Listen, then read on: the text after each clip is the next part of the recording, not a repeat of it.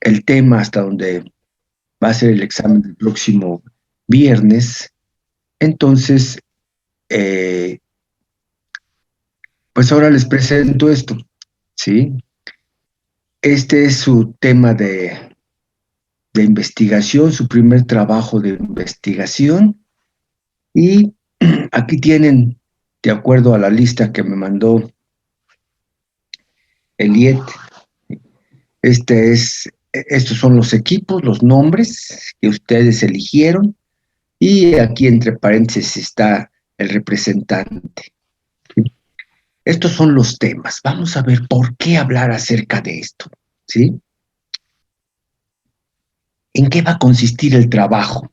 ¿Sí? Entonces, por favor, si ya lo vieron, anótenlo, por favor, o quieren tomarle una foto a esto, por favor, para que pase yo a la siguiente diapositiva, ¿sí? Ya tienen ahí su número, su nombre, entonces ya saben cuál es el tema. Y a continuación les voy a explicar en qué consiste el trabajo. Aquí está el trabajo de investigación acerca de las drogas psicotrópicas. Aspectos de evaluación. Trabajo escrito, ¿sí? Va a incluir una investigación, o mejor dicho, va a consistir en una investigación bibliográfica, ¿sí? De artículos científicos, no citas de Internet. O sea, obviamente ustedes pueden buscar en el Internet una gran cantidad de información para tener una idea general. Por ejemplo, van a hablarles acerca del LSD. Y bueno, pues exactamente qué es el LSD. Pues a lo mejor sí, me meto al Internet, hasta Wikipedia y otras páginas que no son científicas. Dice, bueno, pues para que tenga yo una idea, está muy bien. Pero ya para desarrollar su trabajo tienen que ser artículos científicos, ¿sí?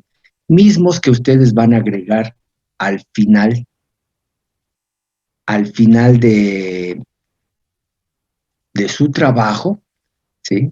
Dice aquí poner bibliografía y al final del trabajo agregar los artículos consultados completos, ¿sí?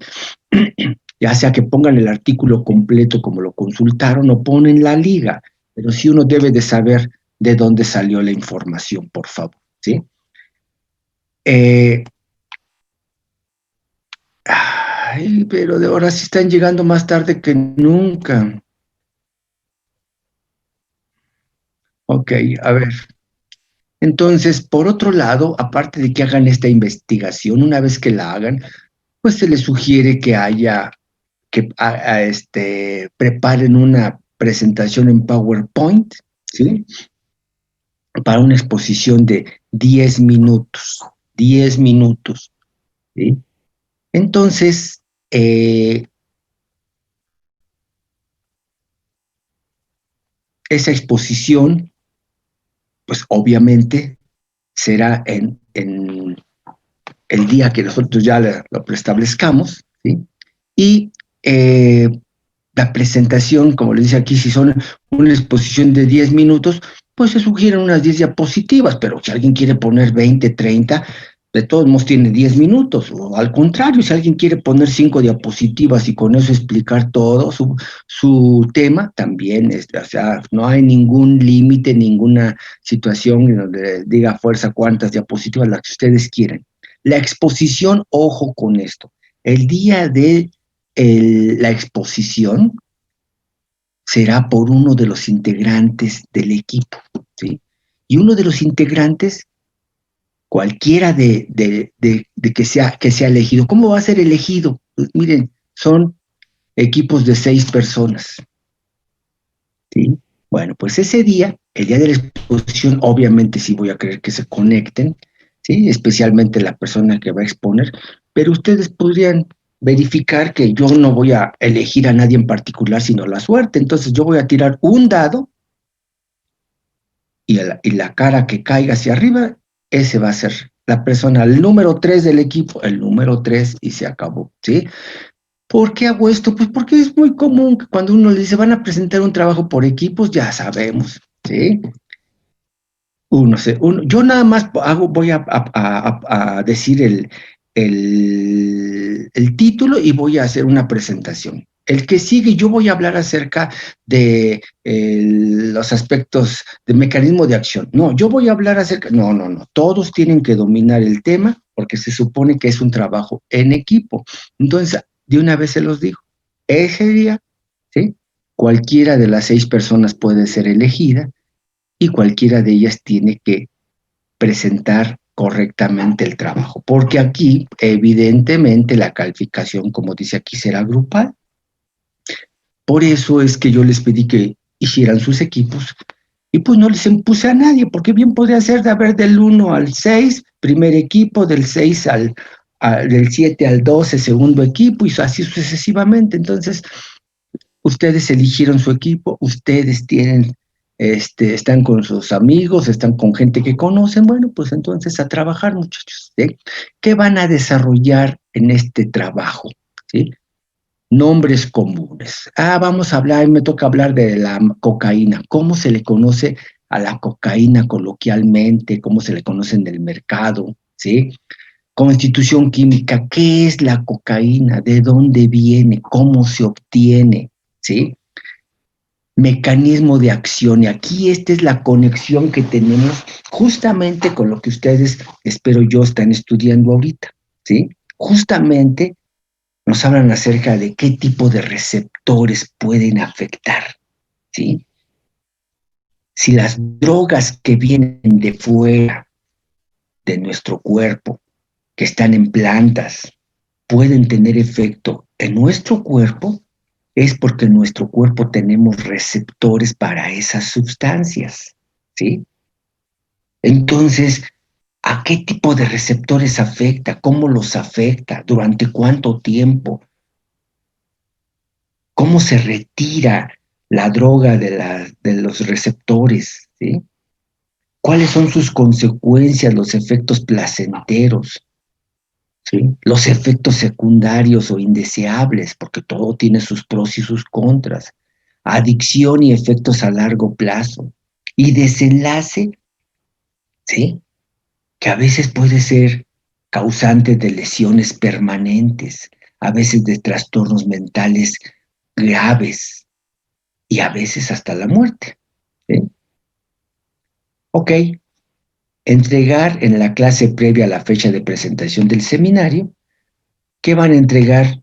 Pues justamente a la carpeta de Drive de el representante del equipo, para no andarlo buscando en todos lados, sino ya solamente en la carpeta que diga trabajos de investigación, ahí en la carpeta del representante van a enviar su trabajo. Presentación en PowerPoint, el trabajo escrito y los artículos consultados, como dijimos, los artículos consultados completos. No se vale que nada más me pongan ahí una cita que a lo mejor la encontraron por ahí y digan, yo consulté eso. No, no. ¿Cómo me demuestran que lo consultaron? Pues tienen el artículo completo o me ponen la liga en donde yo me conecto, pongo la liga y consulto el artículo. Pero no se vale que me pongan ahí citas que inventadas o que encontraron por ahí, ¿sí? Todo esto entonces, repito, es la presentación en PowerPoint, el trabajo escrito y los artículos consultados, ¿sí? Enviar a la carpeta de Drive, ¿sí? En la carpeta trabajos de investigación del representante del equipo. ¿Ok? Entonces, ¿cuándo va a ser esto? Miren, para no presionarlos y que hagan un buen trabajo, el examen va a ser el viernes, ¿ok? Y se entiende que ahorita están estudiando mucho. El examen va a ser el viernes. Este trabajo va a ser para el próximo viernes. De este viernes que viene, en 8. ¿Sí? Entonces eso quiere decir que a más tardar el jueves necesito que me entreguen esto para yo armar ya una carpeta y el día viernes puedan presentar sus trabajos. ¿Ok? ¿Sí? ¿Hay alguna pregunta?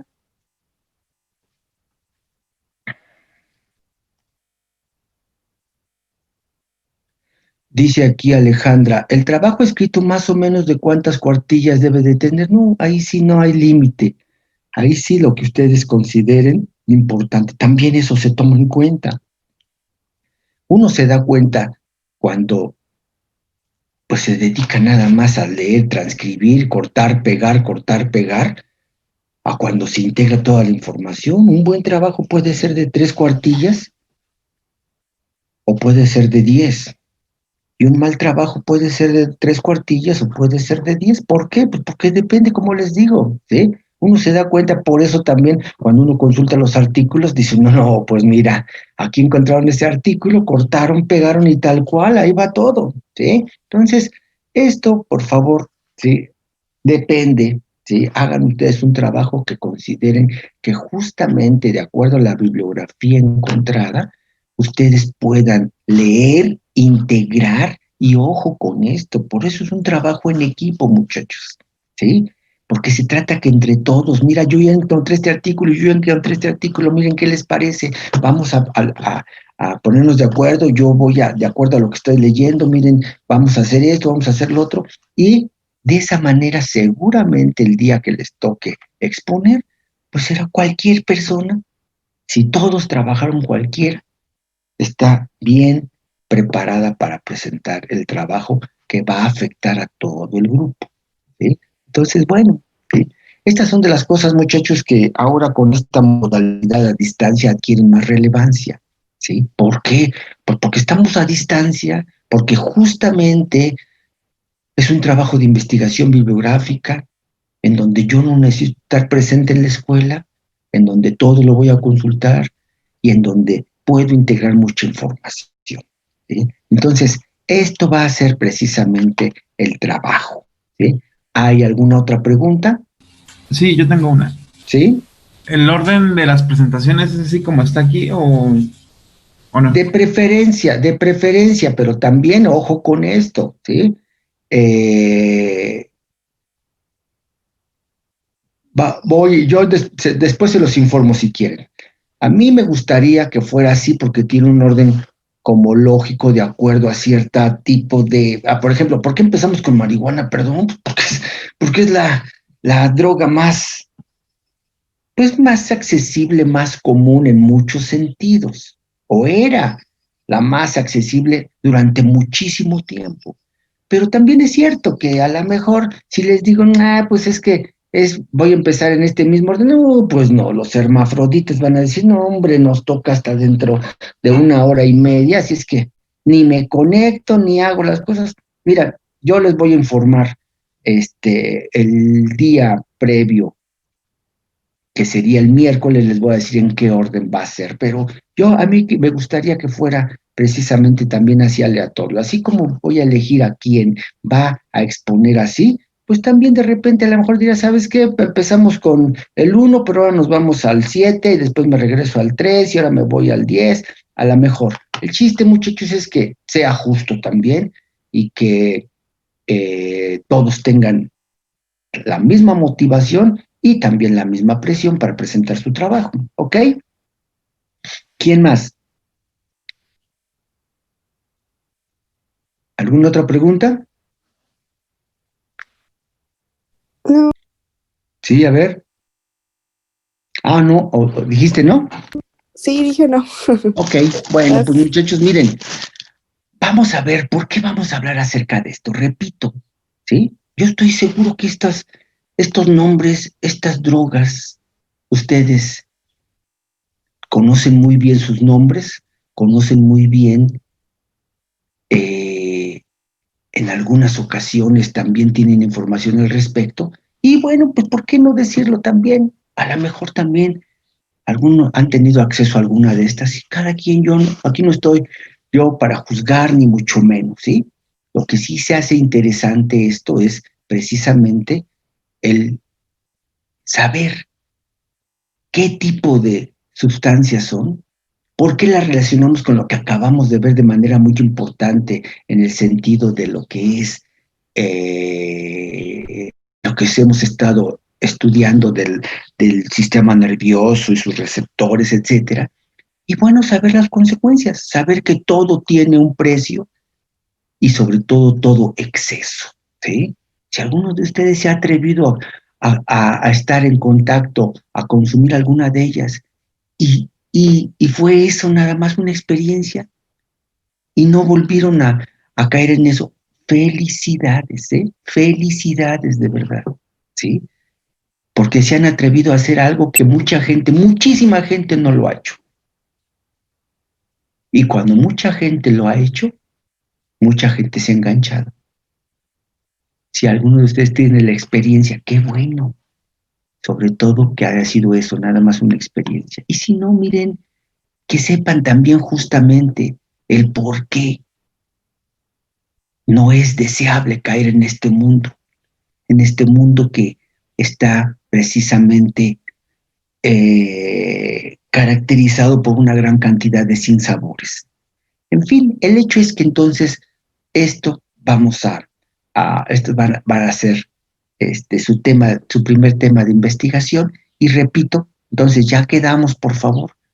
Este trabajo es para de este viernes que viene que hacemos el examen, de este viernes que viene en 8. Entonces tienen tiempo suficiente, 10, 11 días para hacer un trabajo. Creo que es tiempo suficiente para que me entreguen un buen trabajo. Por otro lado, espero que ahorita estén trabajando en la guía, ¿sí? Yo se los comenté, la guía, la verdad, específicamente como lo pido ahí, puede ser un trabajo bastante, bastante extenuante, ¿sí?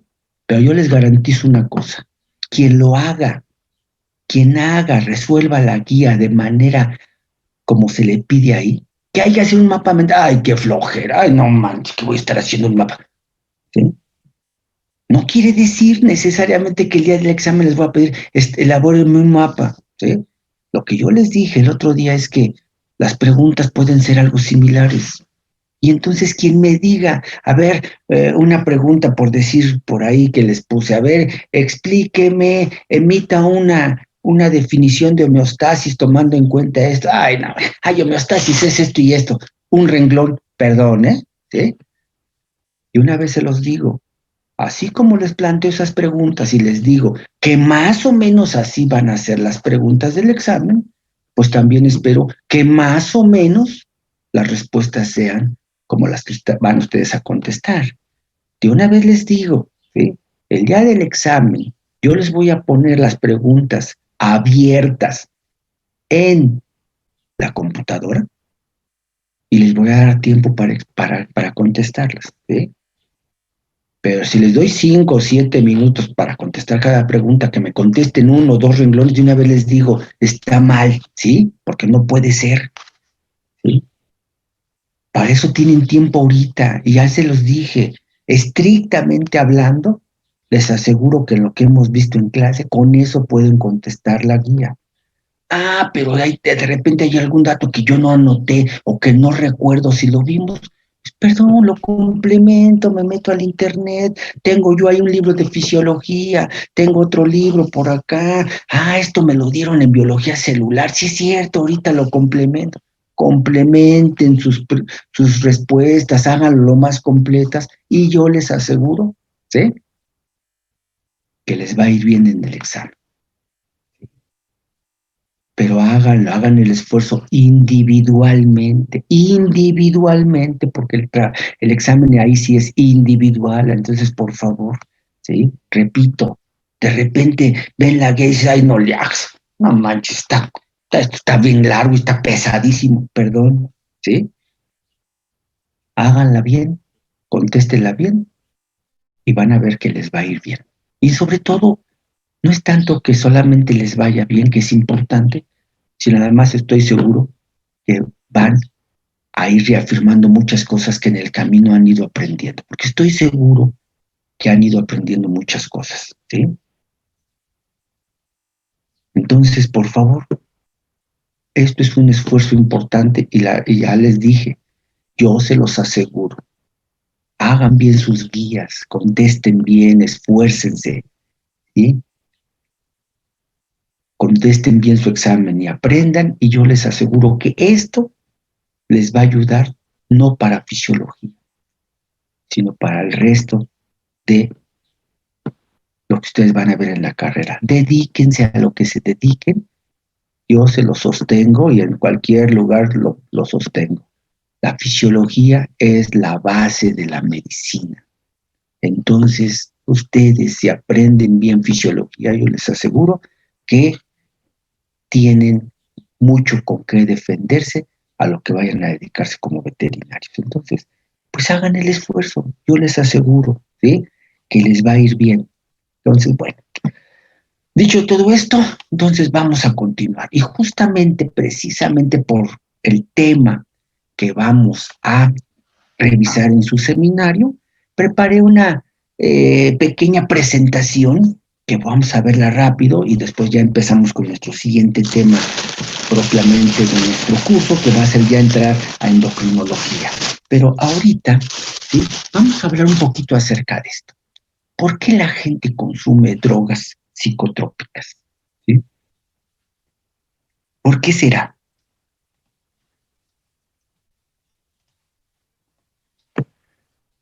Hablemos de drogas psicotrópicas, porque es un tema fascinante desde el punto de vista fisiológico. Ahora que se adentren ustedes a esto, se van a dar cuenta que muchas de estas drogas que han escuchado nada más sus nombres, que los han escuchado en las noticias, que han escuchado, ¿sí? O que han leído al respecto, aunque sea nada más de manera indirecta, se van a dar cuenta de que, caray, pues esto tiene un impacto en el cuerpo, porque el cuerpo justamente tiene posibilidades de responder, porque tiene puntos de acción, puntos de interacción que son los receptores. ¿Sí? Y eso ya desde ese punto de vista ya es interesante. Esas drogas tienen algún efecto. Y eso es lo interesante porque si yo conozco esos efectos, yo podría utilizar estas drogas en beneficio de un paciente con la dosis apropiada, con la vía de administración apropiada y con la periodicidad apropiada. Y por otro lado también es una incógnita inquietante desde una perspectiva científica porque tiene muchos alcances. Conforme más se conozca una droga de estas, que sabemos que tiene receptores en un organismo, todo esto puede investigarse en pro del beneficio precisamente de las personas. Y por otro lado también, ¿por qué tenemos que hablar un poquito de drogas psicotrópicas? Porque se presta el tema de lo que estamos viendo en el sistema nervioso. ¿Por qué se presta? Pues sí, porque ya revisamos justamente que aquí es en donde vamos a encontrar propiamente la explicación de cómo actúan muchas de estas sustancias. Pero además, ojo, ¿sí? Los principales problemas de salud pública en México actualmente, ¿sí? Que son muchos, pues ahorita podemos decir probablemente el coronavirus sea el más importante, pues probablemente ahorita nos alcanzó esta situación y esta pandemia. Pero, ¿qué es lo que viene arrastrando el país desde hace mucho tiempo? ¿Sí? Los principales problemas de salud pública en México son el consumo de drogas. Lamentablemente,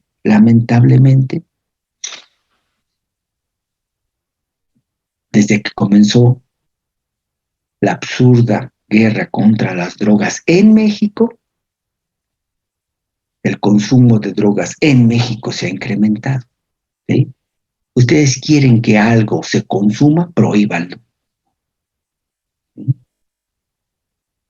Entonces, este es un problema grave en nuestro país. Ahí se ha incrementado el consumo de drogas, se ha hecho más accesible. Otro problema importante, aunque no lo crean, es el embarazo en adolescentes. ¿Sí?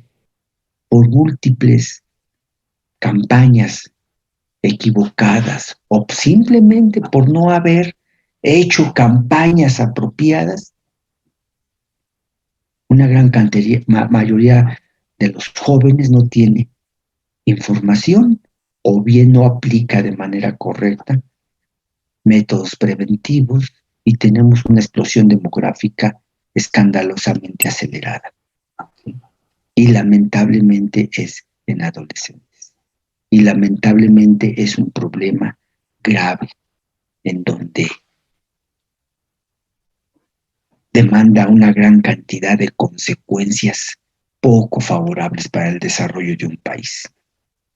Y otro problema importante es el sobrepeso y la obesidad, que ya hemos comentado en clases previas, cuando se prestó justamente el tema que estábamos revisando en clases, hablamos acerca de esto, el peso corporal, el control del peso corporal y pues la evidente ineficiencia de este control del peso cuando hablamos del sobrepeso y de la obesidad. Entonces ahorita nos ubicamos en este punto, el consumo de drogas, ¿sí? El consumo de las drogas.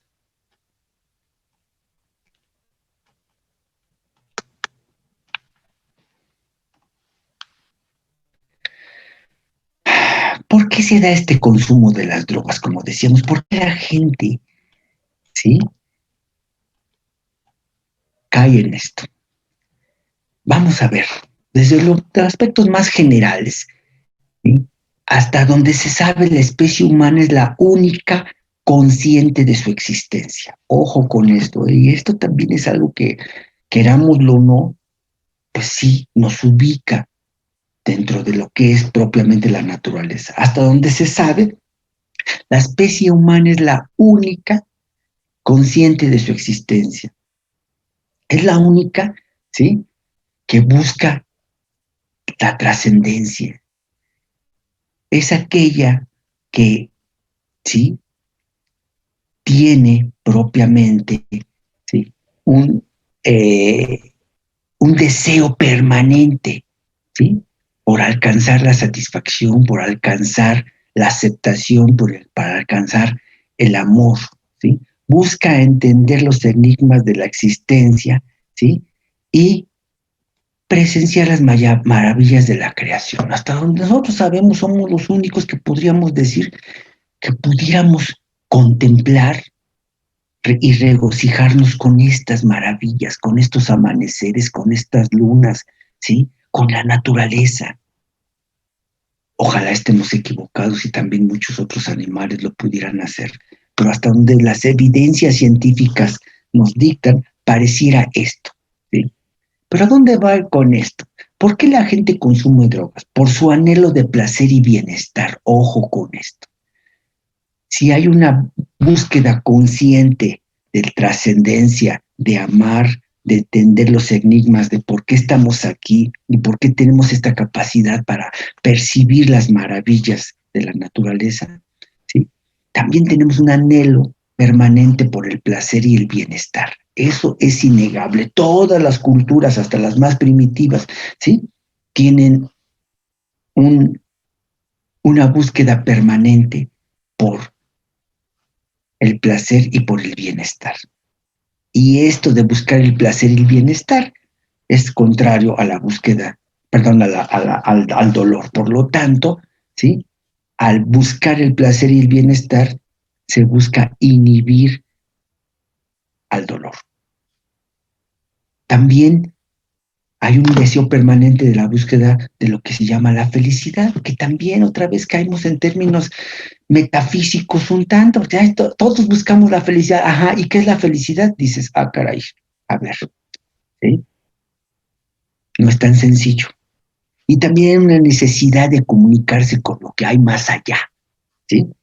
Y esto, bueno, pues se puede interpretar justamente con la necesidad de comunicarse con los dioses que cada cultura ha tenido una percepción específica. Estas necesidades son comunes a todas las culturas, ¿sí?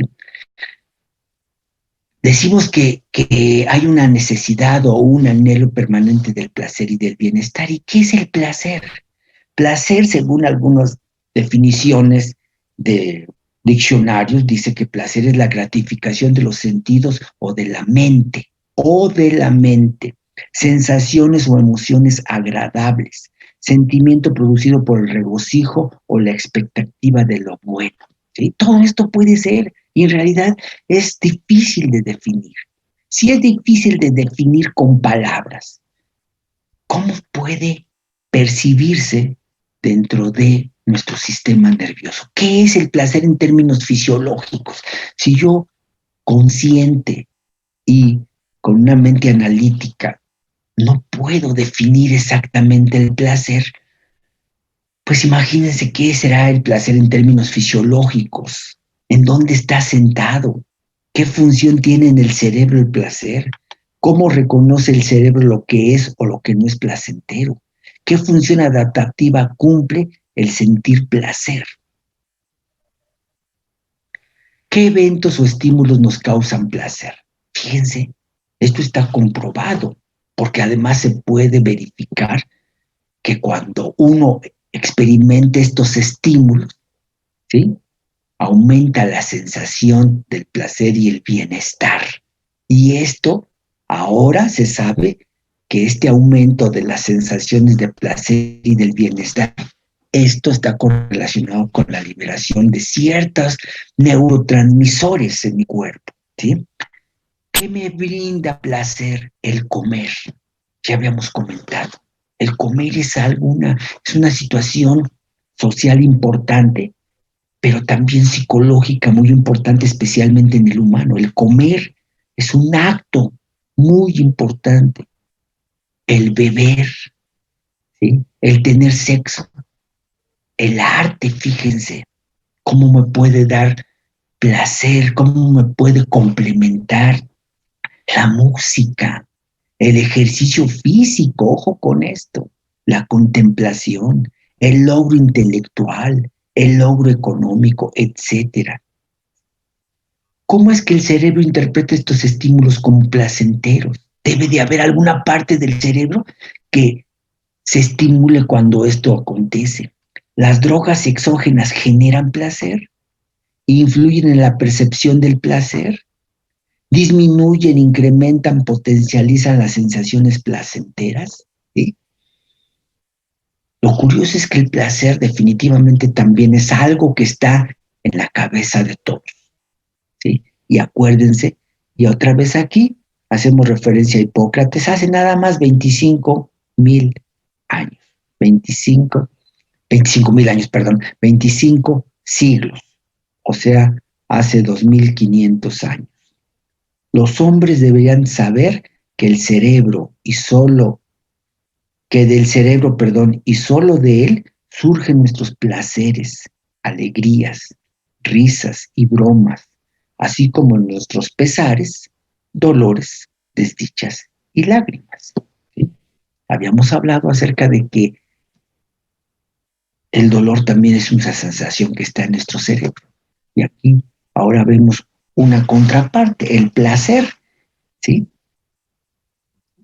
El placer también está solamente en nuestro cerebro.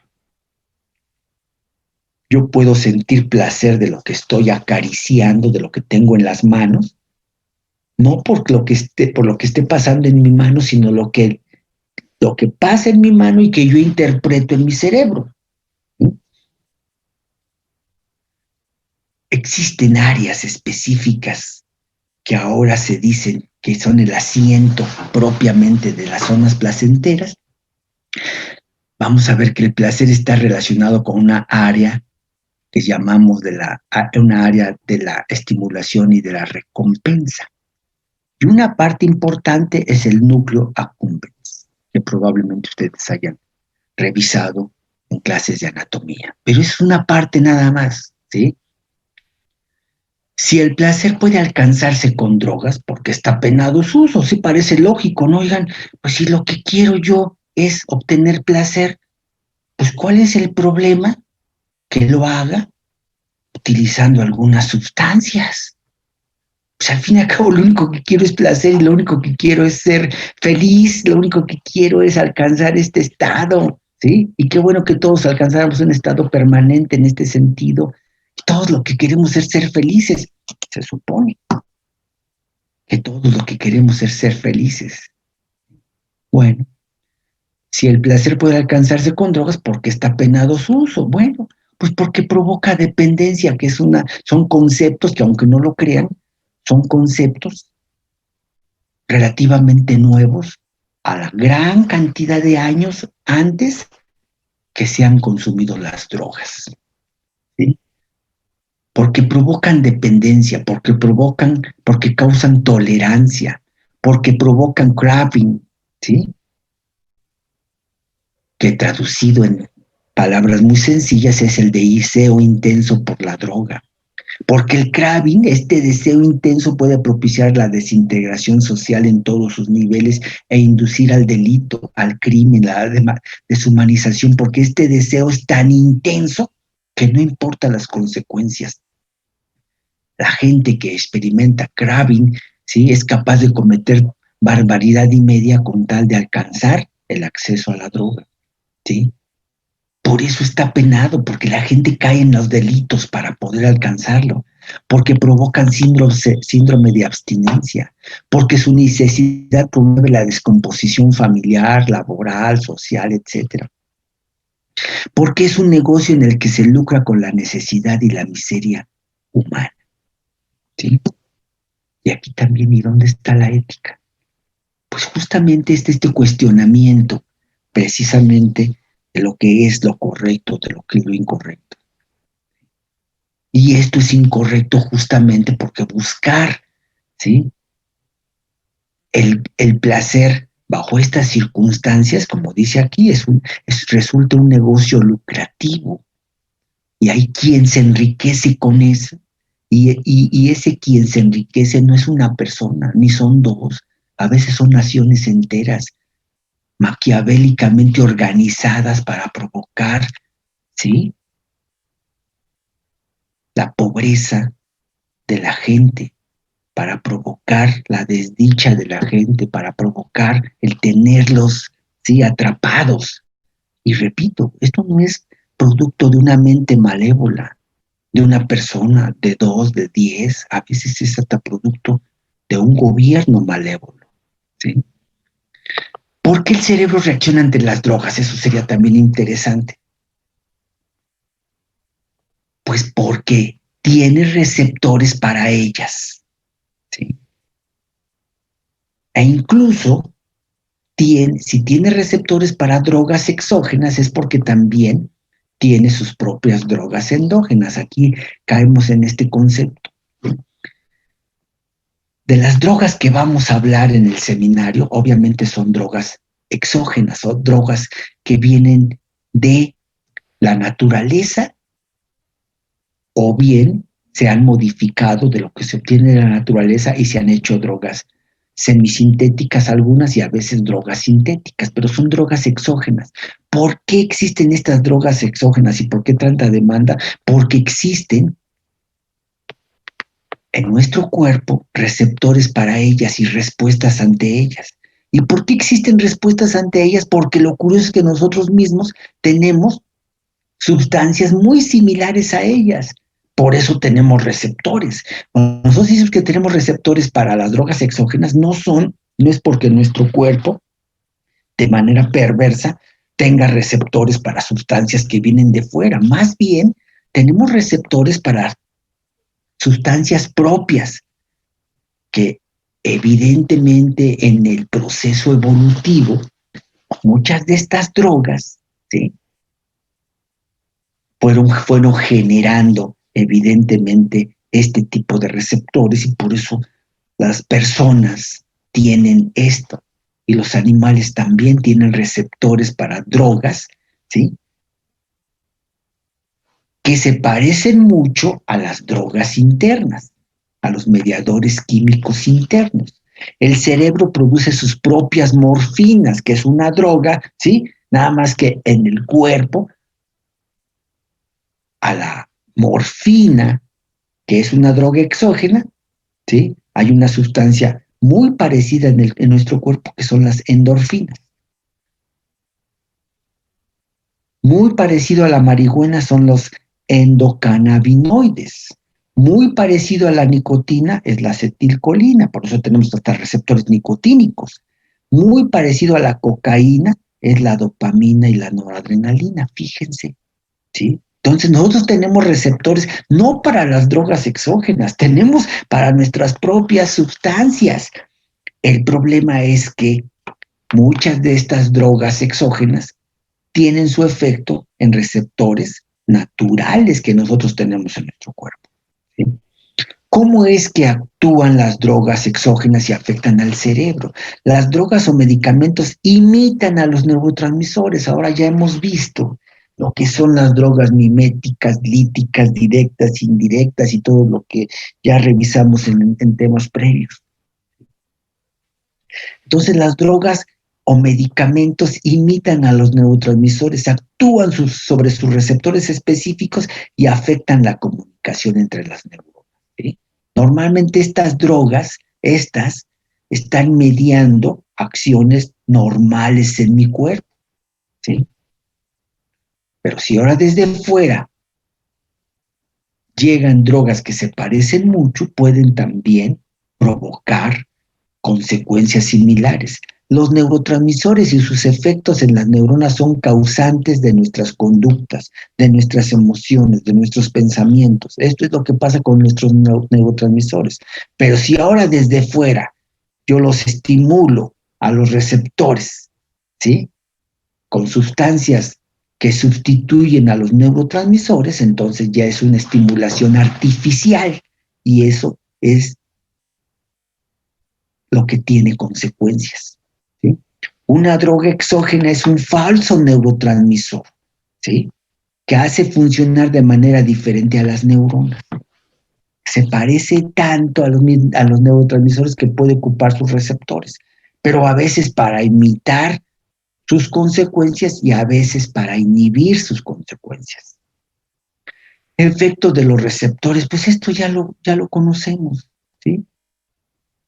Esto lo hemos hablado, hemos dicho precisamente que, y lamentablemente esto es una situación que por el momento nos limita mucho. Por el momento, ya se los decía el otro día, hay tantos avances en la ciencia. El humano está llegando hasta Marte y está llegando a Venus y está haciendo tantas cosas, ¿sí? Y no hemos podido comprender lo que sucede en el sistema nervioso. No hemos podido comprender lo que sucede en el sistema nervioso. Y por el momento lo único que concebimos es que, ok, llega un estímulo, llega un evento eléctrico, o provoca la excitación o provoca la inhibición. Para nosotros eso es lo único, ¿sí? Hasta el momento no hemos logrado comprender otras cosas. O se excita una célula o se inhibe la célula. Y si se excita es porque hubo un intercambio de iones. Entró sodio, salió potasio y se provocó un potencial de acción, ¿sí? O se inhibe. ¿Cómo se inhibe? ¿Sí? Pues el mediador químico lo que promueve es la entrada de cloro o la salida de potasio o ambas cosas, ¿sí? Lamentablemente no tenemos otros argumentos de momento, ¿sí? Y ojo, así como las drogas, muchas de estas drogas están relacionadas con el placer. En la zona de recompensa, en la zona del sistema nervioso donde se percibe el placer, también se percibe miedo, ¿sí? El miedo es un elemento también concomitante al placer, está ahí juntito al placer. Y entonces, ¿cómo se percibe el miedo, el placer y el miedo en el cerebro? La zona cerebral relacionada con el placer es denominada sistema del hedonismo, ¿sí? O el sistema del reforzamiento positivo, o el sistema de la motivación recompensa. Son grupos de neuronas que están ubicadas básicamente en las áreas ventral tegmental. Aquí está el área ventral tegmental, ¿sí? Aquí está el área ventral tegmental, ¿sí? Y el núcleo accumbens, En esta zona se han identificado receptores para el placer y también, de alguna manera, correlacionadas con el miedo. Ojo con esto es lo que se llama el circuito de recompensa. La mayoría de las drogas de abuso sirven para incrementar la cantidad de dopamina en el accumbens, en el núcleo accumbens. Dice aquí la mayoría de las drogas de abuso. Ahora bien, se activan con estas estructuras, el núcleo accumbens y el área tegmental ventral, se activan con estímulos que benefician al organismo: comer, beber, escuchar, tener sexo, ayudar a los demás, etcétera. Ojo con esto. Esto es lo que nos tenemos que plantear, ¿sí? Si bien es cierto que con drogas desde fuera yo puedo estimularlos, lo más importante es saber que yo cuento. Esas áreas están en mi cuerpo justamente porque tienen una función. Y lo que yo tengo que descubrir es cómo estimularlas. Y ahora ya lo sabemos. Comer bien, comer plenamente, ¿sí? Comer como un acto social y psicológico importante.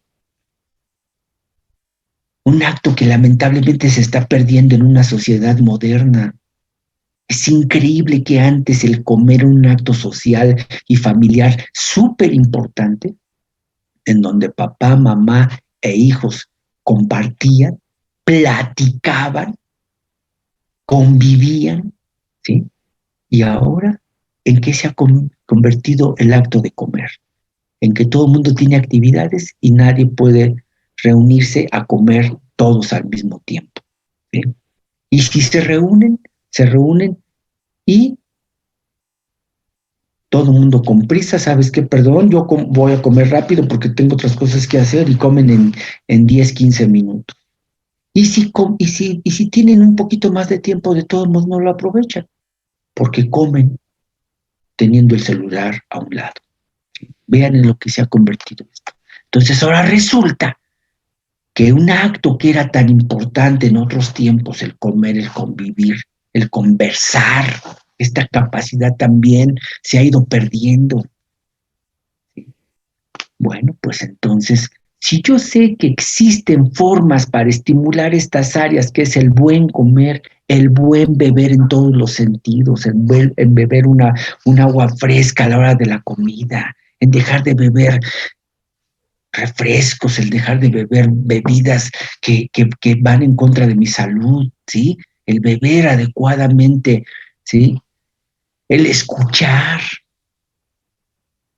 y el escuchar a los demás, y el escuchar, tener un fondo musical apropiado cuando estoy leyendo, cuando estoy comiendo, cuando estoy teniendo sexo. Todo esto son actos que sabemos que pueden estimular estas áreas, ¿sí? Ayudar a los demás. Este sentimiento es algo, por ejemplo, que se remarca mucho. Por ejemplo, la gente que está muy estresada, que les recomienda que haga ejercicio y que además ayude a los demás. Ayudar a los demás es un acto, ¿sí?, que ayuda mucho a bajar los niveles de estrés. Son muy importantes. Entonces, si sabemos que todas estas acciones y muchas otras más que aquí no están enlistadas, si todas estas acciones liberan drogas endógenas y me hacen sentir bien, ¿por qué necesito drogas exógenas? ¿Sí? Pero bueno, es una pregunta, porque es el camino más rápido. Esto implica tiempo, dedicación, disposición, mientras que si me tomo un churro, o me fumo algo, pues llego más rápido a esta situación y sin tanto hacerle al cuento, ¿sí? Entonces, también puede ser todo esto alcanzado por drogas exógenas que abundan en la naturaleza y que coinciden con entrecruces evolutivos. Repito, ¿por qué tenemos receptores para la marihuana? Pues porque justamente, ¿sí?, en el camino evolutivo también yo genero sustancias que se parecen a la marihuana. Entonces, repito, hay áreas específicas que además son esto, áreas que se están explorando, que se están estudiando, ¿sí? Pero que en un momento dado todavía dista mucho para comprender del todo. Y por mientras estamos en eso, en el camino de comprender, pues tenemos que estar conscientes de los riesgos que representa el acceso a ciertas sustancias, ¿sí? Decíamos, Así, concomitante al placer también está el miedo, que es una sensación muy importante porque por miedo puedo inhibir ciertas cosas, por miedo me puedo detener ante ciertas cosas y por miedo puedo no experimentar ciertas cosas, ¿sí? Que a veces puede ser benéfico el tener miedo y a veces, ¿sí? Es el causante de que no alcance algunas cosas. El miedo es un mecanismo automático de defensa regulado por el cerebro. Comúnmente acompaña a la respuesta al estrés, ¿sí? El miedo es recurrente y conduce a la ansiedad. Proceso más elaborado que incluye cogniciones. El miedo es una respuesta primitiva que compartimos prácticamente con todos los demás animales. Pero ya la ansiedad sí ya es un estado superior del miedo en donde ya incluye cogniciones, incluye antecedentes, incluye experiencias, incluye imágenes previas, incluye muchas cosas. El miedo se genera en la amígdala y parcialmente en el hipotálamo. En la amígdala aquí está y parcialmente en el hipotálamo que está aquí, ¿sí? Entonces está en esta área en donde estamos hablando acerca de el sistema de la recompensa, el núcleo accumbens y el área tegmental, y aquí está la amígdala que está en este circuito. Por eso casi siempre está acompañando también estas sensaciones. El miedo ¿sí? se genera entonces en la amígdala y parcialmente en el hipotálamo. Tiene influencia sobre el sistema nervioso autónomo, ¿sí? Y cuando el individuo experimenta miedo, hay taquicardia, taquipnea, hipotermia, lo que se llama sudoración fría, que de repente, ¿sí? Ante una situación poco común, sorpresiva, uno dice, no, hasta sudé frío, ¿sí? Vasoconstricción periférica, liberación de CRH. Vamos ya justamente a empezar a hablar acerca de hormonas y vamos a hablar que CRH es la hormona liberadora de la corticotropina, ¿sí? CRH. Y la hormona liberadora de la corticotropina se libera en el hipotálamo, aquí, para actuar sobre la hipófisis, ¿sí? Y liberar entonces ACTH, hormona estimulante de la corteza adrenal, que es en buena medida la mediadora de esta sensación del miedo.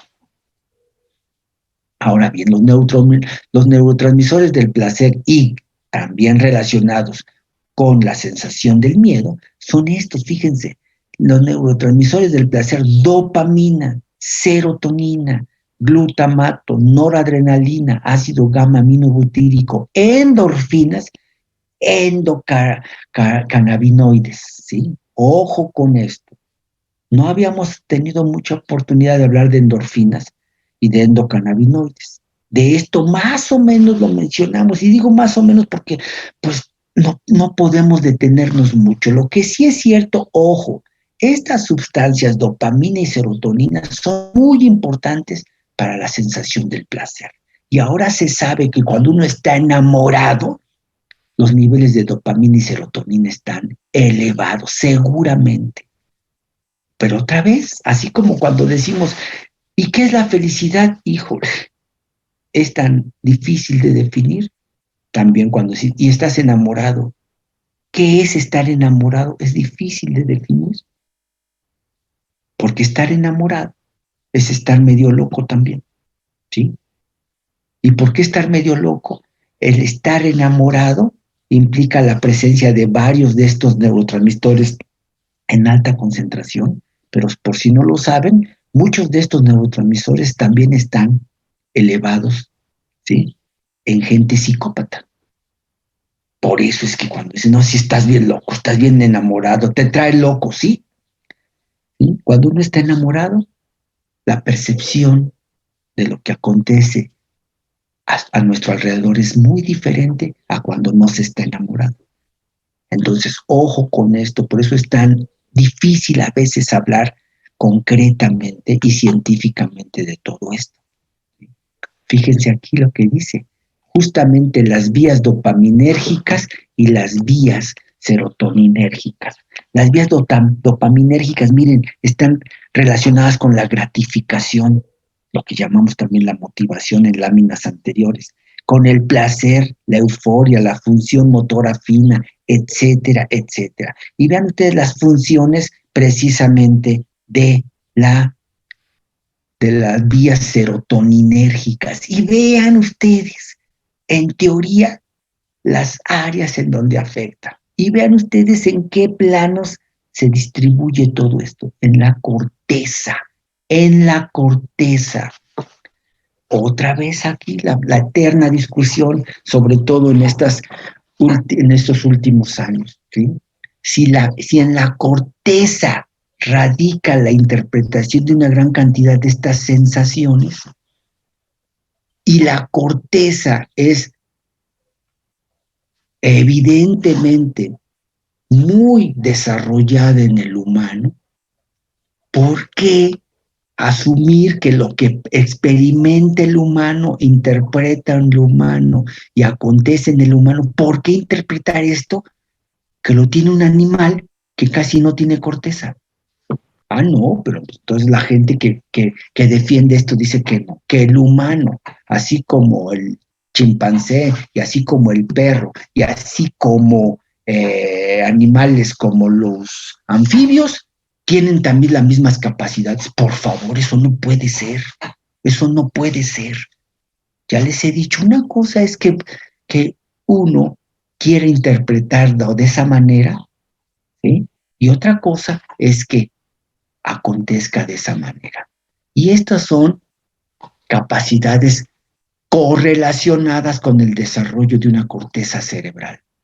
Y con todo respeto, perdón, ¿sí? El cerebro del humano pesa 1,350 kg en promedio. 1,350 kg de una persona promedio que pesa 65, 70 kilos, ¿sí? Hombre o una mujer que pesa 50, 55 kilos, ¿sí? Un cerebro de 1,300. Hay animales que pueden pesar eso mismo y su cerebro pesa 300 gramos. Perdón, ¿de dónde sacan que los animales tienen las mismas capacidades que el humano? Ahora, tampoco estoy diciendo que se afirme lo contrario. Como no tienen esta capa, no tienen esas funciones. No, pues puede ser que las funciones ahí estén, pero estén pobremente desarrolladas o de manera muy primitiva. Eso sí se puede, pero asegurar que tienen las mismas funciones, eso es lo que no es correcto, ¿sí? En fin, ojo con esto, también es importante, ¿sí? Decíamos que ¿por qué nosotros reaccionamos a las drogas exógenas? Bueno, por ejemplo, vamos a ver que la marihuana, cuyo nombre científico es cannabis, y hay diferentes especies de cannabis, ¿sí? La más común, la cannabis sativa. Ok, esta sustancia existe, la famosa marihuana. Ahora bien, toda sustancia que tiene efectos semejantes a los inducidos por la marihuana es denominada cannabinoide. A las de origen endógeno se les llama endocannabinoides. Ojo con esto. ¿Qué significa? Que nosotros producimos en nuestro propio cuerpo sustancias que se parecen a la marihuana. Y a eso le llamamos endocannabinoide. ¿Sí? Por eso es que cuando hacemos ingresar esta droga desde fuera, estimulamos receptores que originalmente están diseñados para que ahí actúen los endocannabinoides. Y es importante mencionar que de hecho, ¿sí?, tenemos entonces receptores que están ahí desde hace muchísimo tiempo y que la marihuana fue descubierta evidentemente y consumida, ¿sí?, mucho tiempo después, antes de que pudiéramos hablar acerca de estos receptores. Ahora bien, fíjense, principales consumidores de marihuana en el mundo. Vean ustedes, Israel, Estados Unidos, Chile. Ojo con esto, Canadá, Nigeria, etcétera, etcétera, etcétera, etcétera, etcétera. Y ni siquiera en esta lista de 15 está México, Pero aquí se produce mucha marihuana para exportar. ¿Y por qué es esto? ¿Porque los mexicanos somos malos y queremos llenar de drogas a los extranjeros? No, porque los extranjeros la necesitan, la piden y a veces hasta la exigen que se produzca, porque ellos tienen necesidad de consumirlo. Y ahorita vamos a ver esto, ¿sí? También existen, así como los endocannabinoides, también existen, ¿sí? Evidentemente, otras drogas. Pero siguiendo, ahora hablemos acerca de otras drogas, como en este caso, ¿sí? Los opioides. Estos son los endocannabinoides y ahora, ¿qué son los opioides? ¿Sí? Muy parecidos a unas sustancias que tenemos en nuestro cuerpo, que son las endorfinas. ¿Sí? Opioide. El opio es una palabra griega que significa jugo. ¿Sí? Opio es jugo. ¿Sí?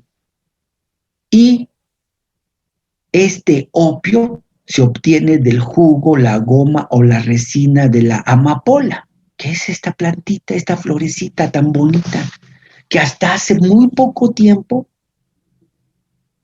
estaba presente en todos los campos silvestres de todo el mundo, incluyendo en México. ¿Sí? Las amapolas crecían en todos lados y nadie actuaba en contra de estos cultivos. El nombre científico de, precisamente, de la amapola es este. Toda sustancia que tiene efectos semejantes a los inducidos por el opio, pues son llamados opiáceos, ¿sí? Y a los de origen endógeno se les llama opioides, igual que acá decimos. A la marihuana, los receptores, ¿sí? Endógenos, los efectos endógenos son endocannabinoides. Aquí estamos hablando de la amapola y estamos hablando propiamente del opio, y entonces justamente se denomina opiáceo a cualquier sustancia que viniendo de fuera del cuerpo, ¿sí? Puede tener efectos propiamente como lo de la marihuana. A lo mismo, cuando nosotros estamos hablando de lo que sucede en el cuerpo, ¿sí? Nosotros tenemos receptores sobre los cuales actúa la amapola, sobre los cuales actúa, ¿sí? El opio, y entonces son opioides. Una cosa es un opiáceo y una cosa es un opioide.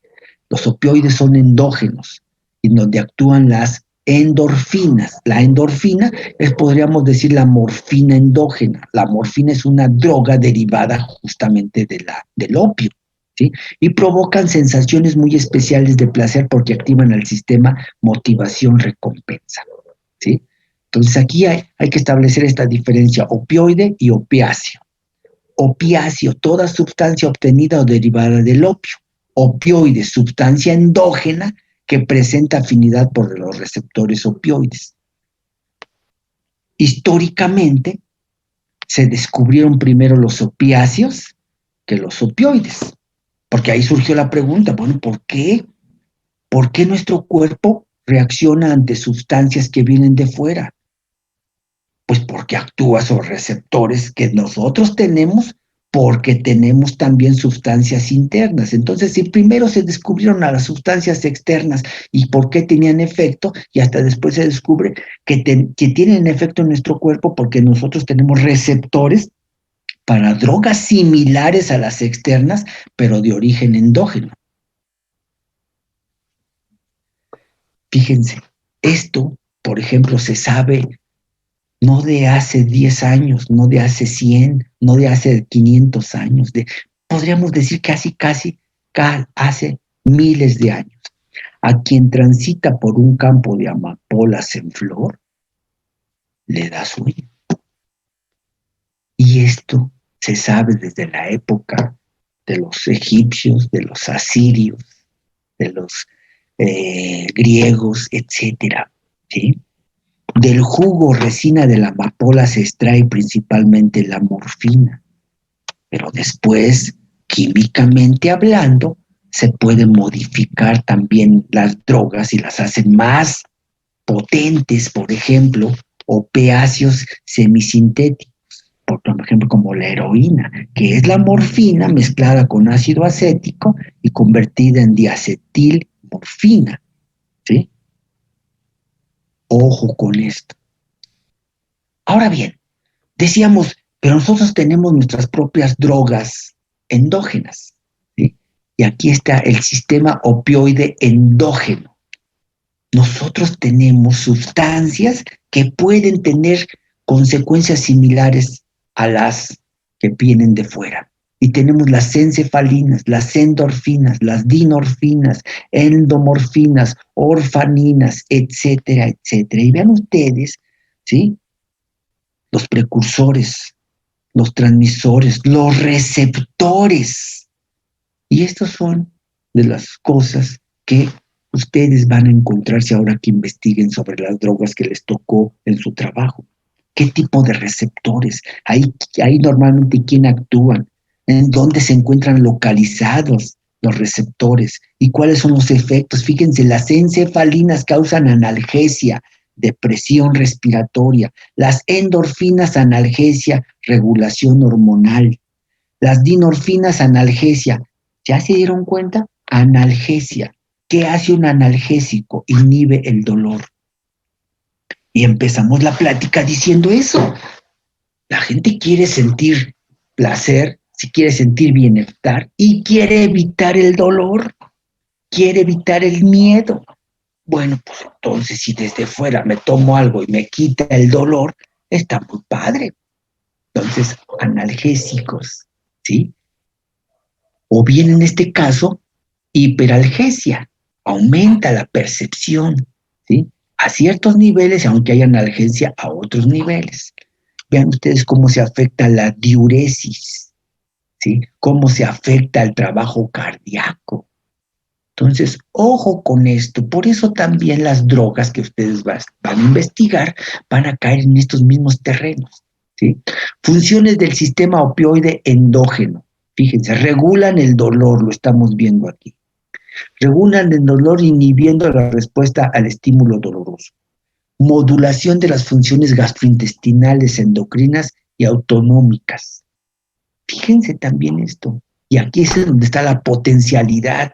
Si yo conozco drogas exógenas, sé cómo actúan, las dosifico correctamente y las aplico por una vía de administración apropiada, puedo tener muchos beneficios si la aplico correctamente. Y si la aplico incorrectamente, pues caigo en las drogas. Y esto es lo que ha pasado con muchos productos, ¿sí? Muchos productos, la intención, cuando se descubren, cuando se investiga, la intención es una, y el mal uso o el exceso de uso desvirtúa este propósito inicial, ¿sí? También el sistema de opioide endógeno también está relacionado con el aprendizaje, ¿sí? Yo aprendo más cosas, como lo vimos en las clases pasadas. Yo puedo aprender más si las cosas no solamente pasan por mi mente, sino pasan por mi tacto, pasan por mi olfato, pasan por mi gusto, pasan por mi vista, ¿sí? También modulan la memoria, que dijimos. ¿Y qué es la memoria y dónde se encuentra? Pues nadie sabe exactamente, ¿sí? Se tienen áreas que más o menos se relacionan, pero de ahí en fuera pues no se tiene la certeza. El sistema opioide endógeno definitivamente está relacionada con el bienestar, definitivamente, y tiene un papel muy relevante en el circuito cerebral recompensa-adicción, ¿sí? Ahora decíamos, las endorfinas son las drogas en buena medida relacionadas con nuestro bienestar. Aquí están las endorfinas, ¿sí? ¿Y las endorfinas de dónde vienen? Son nuestras drogas internas de la felicidad, así se han definido. Está demostrado, ojo con esto, está demostrado que el ejercicio vigoroso puede desencadenar sensaciones de felicidad, de tranquilidad, de euforia, de creatividad. Las sensaciones pueden durar minutos o hasta horas, ¿sí? ¿Por qué? Pues porque podemos mantener la estimulación y liberar endorfinas cuando nosotros hacemos ejercicio, pero ejercicio, como dice aquí, ejercicio vigoroso, no, nada de que voy a hacer ejercicio, sí, estoy ahí haciendo movimientos aeróbicos, 5 o 10 minutos, ya creo que liberé endorfinas, pues a lo mejor se liberó poquita, ¿sí? Pero hacer ejercicio, ¿sí? Vean ustedes esta imagen, hacer ejercicio, pero hacer ejercicio acompañado con la persona adecuada, con las condiciones apropiadas es altamente gratificante. Ir a correr, a andar en bicicleta, y estar en un gimnasio, sí. Yo creo que hacer ejercicio solo en un gimnasio es lo más aburrido del mundo. Pero estar en el gimnasio con los amigos, con la pareja, es lo más reconfortante, ¿sí? Entonces, ojo con esto. Se pueden liberar endorfinas. Su principal función es bloquear la percepción del dolor y mediar el estrés. Con eso, muchachos, es más que suficiente para decir que es muy bueno hacer ejercicio, ¿sí? Y es lo que la gente, es lo que menos quiere. Decíamos cuando estábamos hablando acerca del control del peso corporal, prefiere utilizar dietas para bajar de peso que hacer ejercicio, ¿sí? Ojo con esto. Las endorfinas y la POMC, ya vamos a aprender también en estas próximas clases, ¿sí? Que hay una macromolécula que se llama la proopiomelanocortina. La proopiomelanocortina, que es formada en la hipófisis por efecto de la hormona liberadora de la corticotropina, es una macromolécula que una vez que se constituye, se parte como en pedacitos esta macromolécula y cada pedacito es una hormona. La ACTH, las beta-dipotropina, las endorfinas, la MSH, el CLIP, etcétera, etcétera. Lo vamos a ver más adelante. Entonces, endorfinas y ACTH, endorfinas y ACTH tienen un origen común, ¿sí? La proopiomelanocortina. Y la ACTH actúa, es la hormona estimulante de la corteza adrenal, actúa sobre la corteza adrenal y la corteza adrenal va a liberar corticosteroides. Los corticosteroides de la corteza son glucocorticoides, mineralocorticoides y sexocorticoides. Y estos están relacionados también con muchas funciones básicas del cuerpo y entre ellas la famosísima respuesta ante el estrés, ¿sí? Los receptores cerebrales para las endorfinas también responden a opiáceos. En donde actúan las endorfinas, estas sustancias normales del cuerpo, estos mismos receptores pueden ser estimulados por opiáceos, morfina, heroína, codeína, etcétera, etcétera. ¿Por qué pueden actuar? Porque se parecen mucho químicamente. Ahora bien, rápidamente decimos mecanismo de acción de las drogas, ¿sí? Otra incógnita. ¿Por qué podemos asumir que las drogas actúan en mi cuerpo porque yo tengo receptores para mis drogas endógenas, pero que se parecen mucho a las que vienen de fuera? Hasta ahí todo está bien, ok, bueno, está bien. Pueden actuar ahí, ¿sí? Pero de ahí a que las consecuencias tan fatales que hay, eso es lo que no se tiene una explicación lógica, y por eso también se tienen explicaciones probables, teorías. Entonces, ojo con esto. Aquí esta teoría se llama el modelo de la cerradura, ¿sí? Que es una teoría aceptada por muchos, por lo menos permite explicar algunos aspectos de las drogas. Dice aquí, el mecanismo de acción, ¿sí? De las drogas. El mecanismo de acción es una puerta cuya cerradura puede ser abierta por una llave que embona perfectamente. Yo tengo una puerta que me conduce a la felicidad y al miedo y al temor, ¿sí? Pero esta puerta yo la puedo abrir y cerrar porque tengo la llave perfecta, que es las endorfinas o las drogas locales, ¿sí? Sin embargo, cuando esta puerta la quiero abrir con una droga que se parece a la natural, ¿sí?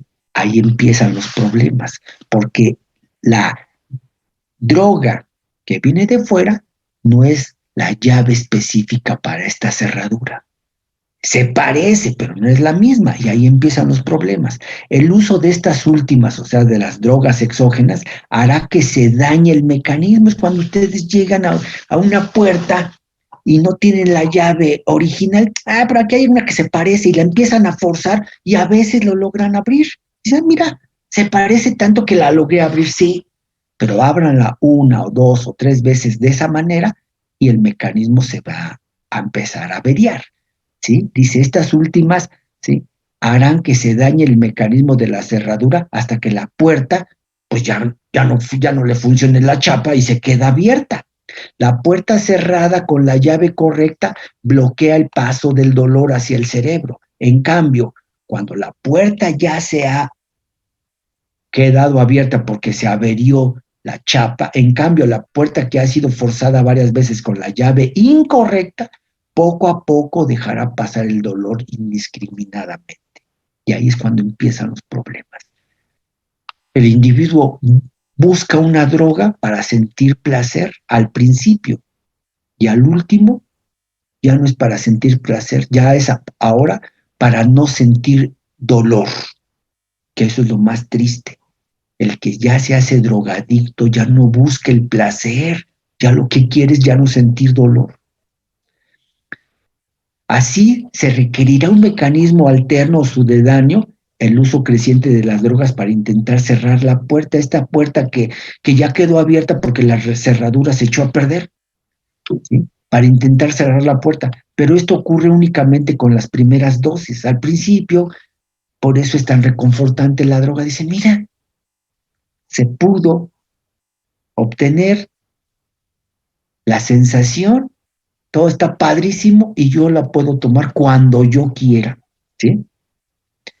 Dice, pero esto ocurre únicamente con las primeras dosis en las que está forzándose la cerradura y ahí hay cierta sensación de tolerancia, ¿sí?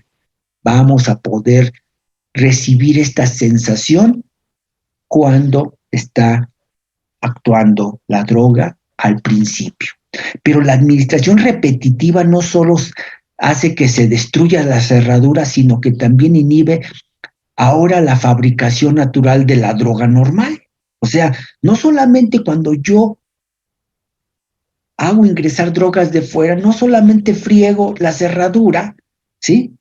Para esta droga, no. El problema es que ya también estoy afectando la producción del mediador químico natural. Y entonces, aunque yo quisiera utilizar el mediador químico natural, ya la cerradura está averiada.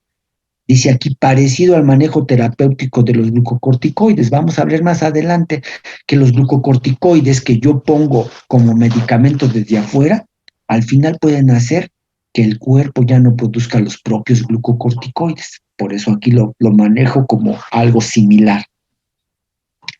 Cuando yo aplico glucocorticoides desde fuera, hago que el hipotálamo deje de producir ya los propios glucocorticoides, ¿sí? O bien, no que los produzca como tal, sino que el hipotálamo produce la ACTH que va a la corteza a producir glucocorticoides. A partir de este momento en donde ya eché a perder la cerradura y la puerta se quedó abierta, dice, a partir de ese momento el individuo no usa la droga en busca de la primera sensación que era el bienestar o la felicidad, ahora la necesita simplemente para no sufrir dependencia, para no sufrir, ¿sí?, el craving y para no estar experimentando dolor, ¿sí? El cerebro, cuando ya empezó a recibir drogas, el cerebro ahora necesita la droga y a dosis cada vez más altas. Un individuo sufre dependencia, o adicción a una droga cuando ya no puede realizar sus actividades cotidianas y carece de ello. Ahí empieza lo grueso, ¿sí? La invitación a que se tome una droga es porque sabes que te va a ayudar, y te va a hacer que tengas un mayor rendimiento, lo típico de la cocaína. Tienes tantas presiones y tanto trabajo, tómate tantita coca y vas a ver que puedes con ese trabajo y más. Ok, al principio. Ya el problema después es que el cerebro se acostumbra a esa droga y el problema después es que cuando ya no se tiene la droga, el individuo se empieza a desesperar porque ya es dependiente de la droga. Y cuando el individuo ya no deja de pensar más que en esa droga, cuando ya no puede realizar ni siquiera sus actividades cotidianas sin pensar en ella, ya se hizo dependiente. El adicto utiliza la mayor parte de su tiempo en conseguir la droga y en reponerse de sus efectos. Ahí es cuando empieza toda esta descomposición. ¿Sí? Buena parte de su esfuerzo, buena parte de su energía, buena parte de su inventiva, ¿no? Buena parte de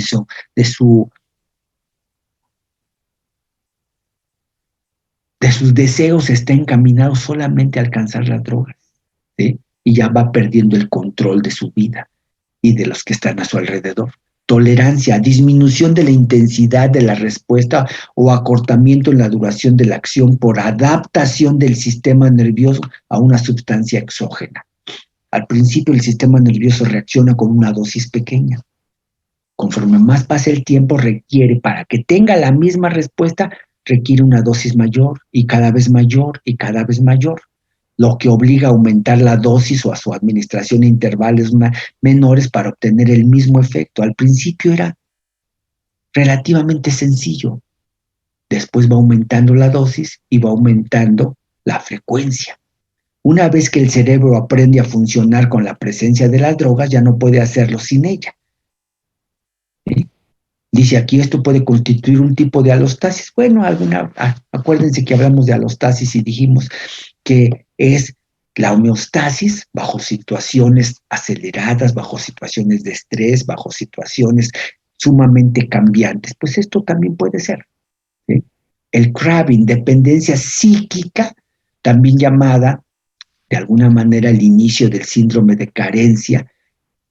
El no acceso a la droga provoca el deseo preponderante. Se antoja en exceso consumir la droga y es un impulso hegemónico que la persona no puede estar ni siquiera tranquila, no puede estar en paz en algún lugar desarrollando sus actividades, desarrollando su trabajo, estando en la escuela, etcétera. ¿Por qué? Porque ya tiene un deseo incontrolado por conseguir la droga, lo cual le provoca ansiedad. ¿Sí? Y después el síndrome de abstinencia, cuando el adicto no tiene acceso a la droga y experimenta toda una serie de síntomas físicos y psicológicos que alertan y ponen en crisis al organismo. ¿Sí? Cuando el individuo que tiene síndrome de abstinencia, que desea la droga, que está dependiendo de ella, desarrolla físicamente como un cuadro gripal. Hay taquicardia, sudoración, hiperventilación, dolor de cabeza, midriasis, ¿sí? Catarro abundante, la rinorrea, dolor muscular, piloerección, diarrea, fiebre, insomnio, ¿sí? Todo esto físicamente, más aparte ansiedad y deseo intenso por la droga, ¿sí? Y para terminar ya nada más decimos esto, ¿sí? Las drogas, por lo tanto, entonces, evidentemente causan o pueden causar muchos trastornos y lo que buscaba la persona era la felicidad y el bienestar y el placer y termina justamente sin sentir una ni otra y consume las drogas ya nada más para no sentir dolor. Consume las drogas por el miedo a sentir dolor. ¿Sí? Ahora, las drogas históricamente se han visto de muchas maneras. Dice, las drogas exógenas bajo diferentes perspectivas, ¿sí? Desde una perspectiva social. ¿Saben ustedes que las drogas, cuando se descubrieron, eran bien vistas? Y es más, muchas personas la consumían porque no se sabía de sus consecuencias. El opio ha sido considerado generador de sueños, inspirador de poesía, alentador de experiencias nuevas. Ha estado en lo más alto de la escala social. Reyes, príncipes eran altos consumidores de estas sustancias y se consideraba pues algo muy, muy muy bueno, ¿sí? Pero después, cuando se descubren sus consecuencias, también el consumo del opio ha caído hasta el nivel en el que ahora se encuentra. Vean ustedes esto, ¿sí? Este escritor tan admirado y que la verdad tiene obras increíblemente interesantes, ojalá ya hayan leído a Allan Poe, ¿sí? Pues hay que aceptar que muchas de estas grandes obras fueron escritas bajo la influencia del opio y bajo la influencia del alcohol, ¿sí? Fumaba mucho opio y también tomaba demasiado alcohol. Perspectiva económica. El opio históricamente ha tenido una gran influencia política y económica en diversas épocas y en varias regiones del mundo. Ha sido causa de guerras y de trastornos económicos. Ha impulsado a gobernantes y destruido soberanías. Ojo con esto, ¿sí? Vean ustedes estas tristes imágenes. La población, ¿sí?, adicta al opio. ¿Y quiénes son los responsables de todo esto? En buena medida, los países, así entrecomillados, los países ricos, ¿sí? Inglaterra indujo a los chinos a hacerse adictos al opio para tener justamente un comercio intenso y además ellos mismos, los ingleses, tener asegurado el suministro de opio, ¿sí? Entonces los ingleses, también ponderados en muchos otros aspectos, económicamente han sido responsables de una gran cantidad de gente que la han inducido a las drogas. Perspectiva cultural, ojo con esto, este es otro enfoque totalmente diferente. El uso de drogas psicotrópicas en las culturas originarias. Ojo con esto. Una cosa es que algunos pueblos los han inducido a hacerse adictos y dependientes y perder su voluntad, ¿sí? Y otra cosa es que de manera natural, y comenzamos, ¿se acuerdan diciendo que en todas las culturas hay una búsqueda por la felicidad, una búsqueda por el placer y una búsqueda por tratar de comunicarse con las divinidades? Bueno, el uso de drogas psicotrópicas en las culturas originarias está restringido a personas capacitadas y a ceremonias particulares. En ninguna cultura antigua se ha comprobado que el porque tengan acceso o conocimiento de las drogas, en ninguna cultura antigua se ha comprobado su uso indiscriminado ni ha sido el causante de la disolución social. Nosotros sabemos aquí en México que los huicholes, los yaquis, ¿sí? Sabemos muy bien que en Oaxaca se consumen los hongos alucinógenos que se consumen, en los huicholes consumen el peyote, los yaquis también, muchas drogas, sí, pero son en ceremonias especiales y además guiados por personas que saben lo que hacen. Y en ninguna de estas culturas han terminado de esta manera. En ninguna, porque son actos religiosos y que tienen un propósito, no el vicio, no la destrucción social. Y esto lo describe muy bien un señor que se llama Carlos Castaneda, un antropólogo, ¿sí?, de origen brasileño, que estudió y se hizo antropólogo en la Universidad de California y que para sus tesis trabajó con los huicholes y yaquis en México. Y entonces estos libros, si algún día se los encuentran por ahí, léanlos, son sumamente interesantes y nos hablan de estas drogas, pero bajo un uso, ¿sí?, cultural y místico importante. Ojo con esto. Es una perspectiva diferente, ¿sí? Por otro lado, también es importante hacer notar, ¿sí? A ver aquí. Yo ya leí las enseñanzas de Don Juan y está muy interesante. Perfecto, Elisa Hernández, te felicito, ¿sí? Son libros muy interesantes, ¿sí? Ojalá los demás también tengan acceso cuando tengan tiempo. Ahorita no, ya sabemos que están atiborrados de trabajo, pero cuando tengan un poquito de tiempo, háganlo, ¿sí? Por otro lado, decíamos, ¿por qué durante mucho tiempo fue hasta bien visto todo esto? Pues porque no se sabían sus consecuencias. es hasta el principios del siglo XX cuando aparecen trabajos científicos que demuestran la alta adicción y los daños a la salud causados por el opio y sus derivados, y causados también por otras drogas. Comienza la prohibición y se difunde lentamente en todo el mundo. Ya les dije, ustedes quieren que algo se promueva, prohíbanlo.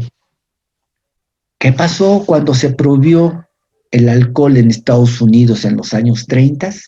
Fue cuando más se consumió alcohol en Estados Unidos, porque todo era de contrabando, ¿sí? Y es lo mismo lo que la gente no ha entendido. ¿Quieres que se eleve el consumo de algo? Prohíbelo. Y mira, qué curioso. En México caímos en ese juego o nuestros gobernantes cayeron en ese juego. Hay que hacer la guerra contra el narcotráfico y lo único que pasó fue que hubieron gentes que se hicieron más ricas y hubieron gentes que cayeron presa de todo esto y ahora consumen mucho más drogas que antes. En la Segunda Guerra Mundial se interrumpió el suministro del opio de fuentes tradicionales. Ojo con esto, ¿eh? ¿Sí? En la Segunda Guerra Mundial, producto de esto, ¿sí? Muchos de los soldados norteamericanos se hicieron adictos a muchas drogas. Para que no tenga dolor, pónganle morfina. Para que no tenga esto, pónganle tal droga y así sucesivamente. Ahora bien, concluida la guerra, se incrementó el tráfico controlado por las mafias italianas y sus filiales en Estados Unidos. Vean ustedes, pues vamos las mismas películas gringas, ¿sí? En los años 60, 70, 80, todo está lleno de drogas en Estados Unidos, porque son un país sumamente demandante de todas estas drogas. Pero después, claro, socialmente ellos no pueden declararse altamente consumidores y tampoco pues, socialmente pueden decir que ellos están en favor de las drogas. Entonces ellos tienen que crear pantallas y decir que están en contra de las drogas y también en contra del comunismo y en contra de esto. Miren qué curioso, ahorita estamos viviendo cosas similares. Otra vez desencadenándose respuestas disque contra el comunismo, contra pues otro tipo de ideologías, etcétera. La guerra contra el comunismo obligó a Francia y a Estados Unidos a proporcionar armas, dinero y transporte aéreo para los países que producían el opio que ellos consumían. ¿Qué países recibían apoyo de ellos para que les mandaran sus dosis de opio? Laos, Birmania, ahora llamado Myanmar, Tailandia, ¿sí? La guerra de Vietnam, una supuesta guerra contra el narcotráfico y simultánea protección y facilidad para el refinamiento de las drogas en Occidente por parte de la CIA. Los soldados estadounidenses se volvieron adictos a la heroína. Y como era tanta ya la necesidad de drogas, de heroína y de muchas otras drogas, fíjense, esto está documentado, no está inventado, léanlo. En 1970, la misma CIA estimula el cultivo masivo de amapola en las sierras de México y se crean grupos delictivos mexicanos y estadounidenses asociados. ¿De dónde salen con que es que la guerra contra el narcotráfico? Si ellos mismos la promovían y ahora lo estamos viendo, ¿sí? Las autoridades mismas. Ahora resulta con que era el principal, el responsable de actuar en contra de las drogas, pues resultó ser el que ahora está preso en Estados Unidos y era el principal socio de las drogas. Y ahora resulta que el general fulano de tal, que era el que impulsaba, también está preso, ¿sí? Todo es una simulación, todo ha sido, todo ya va más allá de los intereses. En 1978, la insaciable demanda estadounidense para las drogas hace surgir nuevos sitios. Que en México ya no está bien visto que estemos trayendo drogas de México porque hay que tener una guerra contra las drogas en México. Pues ni modo, vamos a tener que producirlas en otro lado. Y entonces la insaciable demanda estadounidense hace surgir nuevos sitios de producción en Irán, Afganistán y Pakistán. Y total, cuando ya no nos produzcan, les hacemos la guerra y los decimos que son una bola de gente que va en contra de nuestros intereses. En los años 90, la mafia colombiana controla gran parte del tráfico hacia Estados Unidos. en el 2001 se reconfigura la geometría mundial de la producción y tráfico del opio y sus derivados y aparecen nuevos países que también pueden proveer a los estadounidenses de todas sus drogas, ¿sí? Que digan lo que digan ellos son los principales demandantes y los principales consumidores. Y junto con ellos, pues sus aliados. ¿Quiénes son los aliados de Estados Unidos? Pues Israel, pues en parte Canadá, pues en parte, ¿sí? Francia, Inglaterra, ni se diga, ¿sí? Y aparecen también nuevas drogas producto de la investigación. ¿Sí?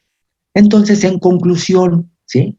Si bien todo esto, el consumo de las drogas, en conclusión, originalmente era para obtener placer, evitar el miedo, cuando se caen las drogas, ¿sí? Se hace rehén de ellas y al final, en lugar de, poder, de alcanzar el placer y la felicidad, lo que se quiere se tiene un miedo terrible a tener dolor. Y hay quienes negocian con esto. Y eso son las mentes perversas. Díganme dónde está la ética. Y esto es algo real y esto es algo que todos los días vivimos en todo el mundo. Siempre habrá alguien que haga negocio con esto. Y esto justamente sabemos a quiénes nos referimos, ¿sí? ¿Quiénes son los que hacen negocio con esto? Y todavía tienen la hipocresía de decir que son los vigilantes del mundo y que son los guardianes del bienestar de este planeta. Pues muy bien, muchachos. Yo creo que esto es nada más precisamente una introducción a lo que vamos a ver y ustedes van a investigar, ¿sí? Para su seminario. Ok, no sé si tengan alguna pregunta, todavía tenemos algunos minutitos para empezar nuestro próximo tema. ¿Tienen alguna pregunta, chicos? No. Yo sí, profe. ¿Sí? Entonces, ¿cree que haya problema en cuanto a la utilización de fármacos para el tratamiento de enfermedades psiquiátricas? A ver, ¿me repites si creo que hay que, perdón? Sí, o sea, problemas cuando se recetan fármacos para tratar enfermedades psiquiátricas, porque hay personas que se vuelven dependientes. Claro, sí. No, aquí lo interesante precisamente es el hecho de que la investigación sigue, ¿sí? Y estas sustancias pueden ser muy útiles, definitivamente pueden ser muy útiles para este trato de personas, ya sea o las adictas o las que tienen trastornos a lo mejor generados por otras causas. Esos propósitos no deben de cambiar, porque la investigación, acuérdense lo que dijimos en un momento dado, la investigación es la búsqueda de respuestas, la búsqueda de información, ¿sí? Pero hay investigación bien intencionada que busca el bienestar y también, perdón, también hay investigación que mal utilizada puede generar más problemas. Entonces, definitivamente aquí hay que estar hablando en pro de la investigación que procura el bienestar de la gente, que procura hacer, si no resolver sus problemas, hacerlos menos evidentes. Ahí sí, toda la investigación que vaya encauzada a esto, bienvenida. Pero todo esto en el camino, todo se tergiversa. En el camino todo empieza a desvirtuarse y en el camino todo cae en excesos. Y cuando se caen los excesos, vienen los problemas. Entonces, definitivamente la investigación bien intencionada y con el propósito de ayudar a la gente seguirá existiendo, pero también habrán los otros, que conforme avanza el conocimiento y conforme avanza, ¿sí?, la comprensión de ciertas sustancias, oye, ¿y qué pasará si le pongo un poquito más? ¿Y qué pasará si además le agrego esto? ¿Y qué pasará si además, ¿sí?, la pongo por otra vía? Ahí empiezan los problemas y también ahí es cuando se empiezan a desvirtuar las buenas intenciones, pero eso es ya inherente a la actividad humana, no se puede justamente evitar, pero definitivamente las intenciones originales de ayudar a la gente a través del conocimiento de esto, bienvenida siempre, ¿ok? Y esto va a seguir generándose, y por eso actualmente vean ustedes los debates que hay, ¿sí? Porque si se sabe muy bien y está comprobado científicamente que algunos productos derivados de la marihuana pueden tener efectos benéficos, ¿por qué se prohíbe la marihuana? Bueno, pues justamente es eso. Y ustedes vean lo que ha pasado recientemente en nuestro mismo país. Gente que ha demandado que le autoricen el uso de la marihuana y ha ganado, porque se sabe que tiene efectos benéficos hasta cierto punto. Y espero que me hablen de esto los compañeros que les tocó el tema de marihuana, que también nos hablen acerca de los beneficios, ¿sí?, que puede tener un producto como este. Entonces, todo esto evidentemente puede estar bien encauzado, pero también puede ser llevado por caminos perversos. ¿Ok? Gracias. Bueno, ok. Pues vamos a aprovechar, todavía tenemos unos 10 minutitos, ¿sí?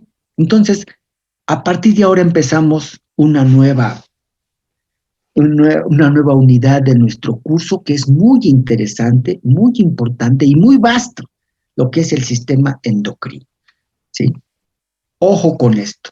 Nosotros habíamos hablado acerca, en buena medida, de la homeostasis como un conjunto de mecanismos que me permiten al organismo funcionar apropiadamente dependiendo de las circunstancias ambientales. Una de tantas definiciones de homeostasis que nos permiten enfatizar que nuestros cuerpos tienen la capacidad para actuar correctamente dependiendo del ambiente, ¿sí? Ya no como el concepto original que decían la homeostasis es la tendencia al funcionamiento relativamente constante o equilibrado. Pues hay una tendencia, sí, pero el propósito no es funcionar y estar equilibrado, sino el propósito siempre será funcionar acorde al ambiente. Y si el ambiente me demanda actuar de una manera, lo voy a hacer, pero estoy actuando acorde a eso. Y cuando el ambiente cambia, actúo de otra manera. Y si soy eficiente, eso es actuar con homeostasis. Ahora bien, ¿sí? La homeostasis lo dijimos, y ahorita lo están ustedes comprobando conforme están estudiando. La homeostasis tiene dos herramientas muy importantes, el sistema nervioso y el sistema endocrino, ¿sí? Ya vimos mucho acerca del sistema nervioso, pero ustedes se dieron cuenta que en muchos aspectos no podemos separar al sistema nervioso del endocrino porque están muy relacionados. El sistema nervioso, constituido justamente por células nerviosas, células excitables, ¿sí? Y ahora hablamos del sistema endocrino. Por definición, el sistema endocrino es el sistema que funciona a través de hormonas. El sistema nervioso funciona con estímulos eléctricos y con mediadores químicos. El sistema endocrino funciona con hormonas, que vamos a ver más adelante, ¿sí? Curiosamente, la frontera entre uno y otro no es tan clara, y las diferencias entre neurotransmisores y hormonas tampoco lo es, ¿sí? Ojo con esto, para ejemplificar esta aproximación entre el sistema nervioso y el sistema endocrino. Fíjense nada más esto, ¿sí? Ya decimos que entonces las herramientas de la homeostasis van a ser el sistema nervioso y el sistema endocrino, ¿sí? El sistema nervioso aquí, básicamente orientado como el sistema nervioso autónomo, responsable de una gran cantidad de ajustes, lo que llamamos las funciones vitales, ¿sí? Y muchas de estas acciones y control de funciones vitales es a través de neurosecreciones, secreciones del sistema nervioso, son neurosecreciones. Y curiosamente, fíjense en esta columna que está aquí. Las neurosecreciones han recibido nombres diferentes. Uno de los más comunes para nosotros son los neurotransmisores, ¿sí? Ahora sabemos que también existen neuromoduladores, mediadores químicos y últimamente también se ha hablado de neurohormonas, ¿sí? Un ejemplo, ¿cómo actúan estos mediadores químicos o neurotransmisores? ¿Cómo actúan? Lo estamos viendo. Resulta con que vimos que algunos de los neurotransmisores lo que hacen es alterar la permeabilidad de la membrana.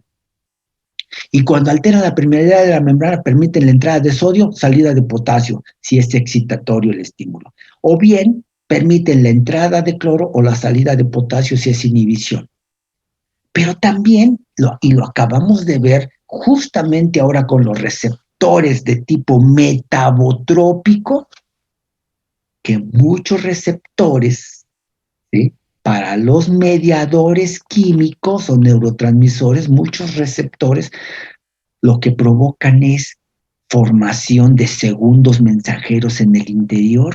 Y esto es el AMP cíclico, ¿sí?, el calcio intracelular, el diacilglicerol, etcétera, etcétera, ¿sí? Y un ejemplo de mediador químico es la adrenalina. Dices, ok, ya lo vimos. Fíjense, qué curioso. Ahora me voy por el lado del endocrino, en donde yo les digo que la comunicación es a través de secreciones hormonales, a través de hormonas, que por cierto fueron llamados los primeros mensajeros, en alusión a lo que dijo alguna vez Hipócrates, ¿sí? Los tejidos del cuerpo se comunican entre sí. Los tejidos se comunican a través de mensajeros. Y estamos hablando de hace 25 siglos en donde no existía para nada el concepto de lo que ahora es una hormona, ni mucho menos un mediador químico, ni mucho menos un receptor, ni nada de eso. Él simplemente decía, los tejidos se comunican. Hace 2500 años lo dijo este señor, ¿sí? Y bueno, pues sí es cierto, los tejidos, ¿sí?, se pueden comunicar. Vamos a ver que hay un tejido que puede liberar una sustancia y que actúa en otro tejido y le provoca una respuesta. Y estas son las hormonas o primeros mensajeros. Y un ejemplo, ¿y cómo actúan las hormonas? Fíjense qué curioso. Algunas hormonas también alteran la permeabilidad, también permiten la entrada de sodio y salida de potasio. Algunas hormonas también forman segundos mensajeros, AMP cíclico, acumulación intracelular de calcio. Obviamente que es a propósito que estas consecuencias de los efectos de las hormonas, es a propósito que los pongo igualitos que lo que está acá. ¿Y cuál es el propósito? Pues hacer ver que mediadores químicos y que hormonas, ¿sí?, se parecen tanto que incluso cuando yo hablo de un ejemplo de mediador químico le llamo adrenalina, y cuando yo pongo un ejemplo de hormona también le llamo adrenalina. Dices, ah, caray. Y yo empecé todo esto diciendo que son dos sistemas diferentes, el nervioso y el endocrino, y cuando recorro sus caminos y veo sus consecuencias, me doy cuenta que son casi lo mismo, ¿sí? Por si fuera poco, en el cuerpo hay puntos en donde el sistema endocrino y el sistema nervioso no se pueden separar del todo, ¿sí? Por ejemplo, si yo hablo acerca de la hipófisis,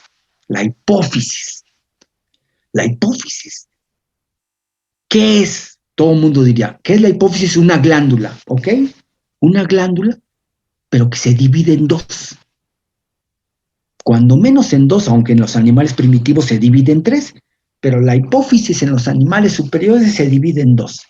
Y una se llama la adenohipófisis y otro segmento se llama la neurohipófisis. ¿Por qué se llamará neurohipófisis? Porque es la parte de la hipófisis constituida por tejido nervioso. ¿Y qué es la adenohipófisis? Pues es la hipófisis o parte de la hipófisis que tiene función endocrina. Y es una glándula, ¿sí? Ojo con esto, es una glándula en donde la mitad es de origen nervioso y la mitad es de origen endocrino. Otro ejemplo son las glándulas adrenales, en donde ya lo vimos. La médula es de origen nervioso y la corteza es de origen endocrino. Entonces, perdone, pero esto de separar al sistema endocrino del sistema nervioso, pues es nada más una forma académica de tratar de explicar las cosas. En realidad, prácticamente podemos decir que es lo mismo el sistema nervioso y el sistema endocrino. Y por eso yo tengo años, eso sí se los puedo asegurar, tengo más de 10 años hablando de que no debemos separar al sistema nervioso del sistema endocrino, porque al fin y al cabo existe el sistema neuroendocrino. Es lo mismo, muchachos, ¿sí? Pero bueno, académicamente sí es conveniente verlo por su lado para después integrarlo.